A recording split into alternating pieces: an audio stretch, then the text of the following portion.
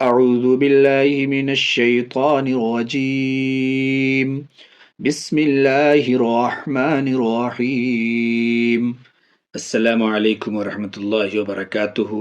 آپ تمام ناظرین و سامعین اور میرے پڑھنے والے چھوٹے موٹے پیارے بچوں کا ایک بار پھر استقبال ہے میرے YouTube channel S S Islamic voice پر۔ امید کرتے ہیں کہ آپ تمام اچھے سے ہوں گے، خیریت سے ہوں گے، ہنسی خوشی سے ہوں گے، اور آپ نے پیچھے کے تمام سبقوں کو اچھی طرح سے یاد کر لیا ہو گیا۔ آئیے پیارے بچوں، آج کا جو یہ سبق ہے یہ بہت خاص، بہت امپورٹنٹ، اور آپ یہ سمجھ لیجئے کہ آج کا جو سبق ہے یہ یہاں سے لگ بھگ اب ہم لوگ قرآن مجید کے بالکل قریب قریب پہنچ چکے ہیں۔ اور میں نے آپ کو بتایا تھا کہ سبق کے ایک پڑاؤ کو ہم پیچھے پار کر چکے تھے جب آپ کو تشدید پڑھایا تھا تو، اور اب یہاں سمجھیے کہ یہاں بھی ہم ایک پڑاؤ کو لفظ اللہ کے قاعدہ پہ مکمل کر چکے ہیں۔ اب یہاں سے بالکل فائنل چل رہے ہیں، اور اب یہاں سے لگ بھگ تمام چیزیں، یوں تو پیچھے کی بھی تمام ورڈ جو تھے وہ قرآن ہی کے تھے، لیکن اب یہاں سے بالکل اما پارا کے اور قرآن کے الفاظ ہی مکمل آئیں گے، اور اس طریقے سے ہی اب ہم اس کو پڑھیں گے اور سمجھیں گے۔ تو آج کا جو یہ سبق ہے یہ بہت امپورٹنٹ سبق ہے۔ یہ ایک ایسا سبق ہے، آپ سمجھیے ہوتا کیا ہے کہ گھروں میں اور بہت سے بچے قرآن مجید تو پڑھنا جانتے ہیں، وہ پڑھ لیتے ہیں، لیکن قرآن مجید میں آیت کیسے کرتے ہیں، رکتے کیسے ہیں، کہاں پہ کیا بول کے رکنا ہے، یہ انہیں پتہ نہیں ہوتا اور یاد نہیں ہوتا، یا تو وہ ملا ملا کے ہی بولتے ہیں۔ اچھا، بہت ساری جگہ ایسی ہے کہ جہاں پہ ملانے کی بھی چینجنگ ہوتی ہے تو انہیں ملانا بھی نہیں آتا ہے کہ صحیح سے ملائے قاعدے کے مطابق، اور پھر وہ غلطی کر جاتے ہیں، ان سے غلطی ہو جاتی ہے نا۔ تو یہ آج کا جو سبق ہے یہ میرا بہت امپورٹنٹ اور خاص سبق ہے، اور یہ سبق ہی ہے وقف کے بارے میں، رکنے کے بارے میں کہ کیسے رکا جاتا ہے اور اس کے کتنے طریقے ہیں۔ تو یہ سبق بہت امپورٹنٹ ہے اور بہت ایزی ہے، بہت ایزی۔ میں آپ کو بتاؤں، میں ابھی سمجھاؤں گا نا، آپ سمجھ جائیں گے۔ بہت سے بچے یہ سمجھتے کہ 4 لائن لکھا ہوا ہے تو بہت مشکل ہے، اور پھر وہ یاد نہیں کرتے اور یاد کر کے بھول جاتے ہیں، اور پھر ہمیشہ غلطی کرتے رہتے ہیں۔ خصوصاً جو بچیاں ہیں نا، جو بیٹیاں ہیں، بہنیں ہیں، وہ زیادہ تر غلطی کرتی ہیں۔ تو میں آپ سے گزارش کروں گا، ریکویسٹ کروں گا کہ اس سبق کو آپ بہت اچھی طرح سے اس قاعدے کو سنیں اور سمجھیں۔ میں امید کرتا ہوں کہ آپ صرف 1 سے 2 بار صرف سن لیں گے نا میں جو بتانے جا رہا ہوں، تو یہ آپ کو یاد ہو جائے گا اور آپ پھر کبھی غلطی نہیں کر پائیں گے۔ اچھا، ایک بات اور امپورٹنٹ بات یاد رکھیے، یہ جو قاعدہ یہاں پہ میں بتانے جا رہا ہوں وقف کرنے کا، اور جو سکھانے جا رہا ہوں، سمجھانے جا رہا ہوں، یہ آپ نے یاد کر لیا نا، پھر پورے قرآن میں یہی قاعدہ ہوگا، قاعدہ چینج نہیں ہوگا۔ اسی طریقے سے پورے قرآن میں پڑھیں گے، کہیں کوئی چینجنگ نہیں ہوگی، ہر جگہ قرآن میں رکنے کا طریقہ یہی ہوگا، لگ بھگ یہی 3 قاعدے ہیں، یہی 3 ہی قاعدے ہوں گے۔ تو آئیے پیارے بچوں، جلدی سے شروع کرتے ہیں اب آج کا سبق۔ بہت بات ہو گئی، امید کرتے ہیں کہ آپ سمجھ گئے ہوں گے۔ آئیے شروع کرتے ہیں آج کا سبق۔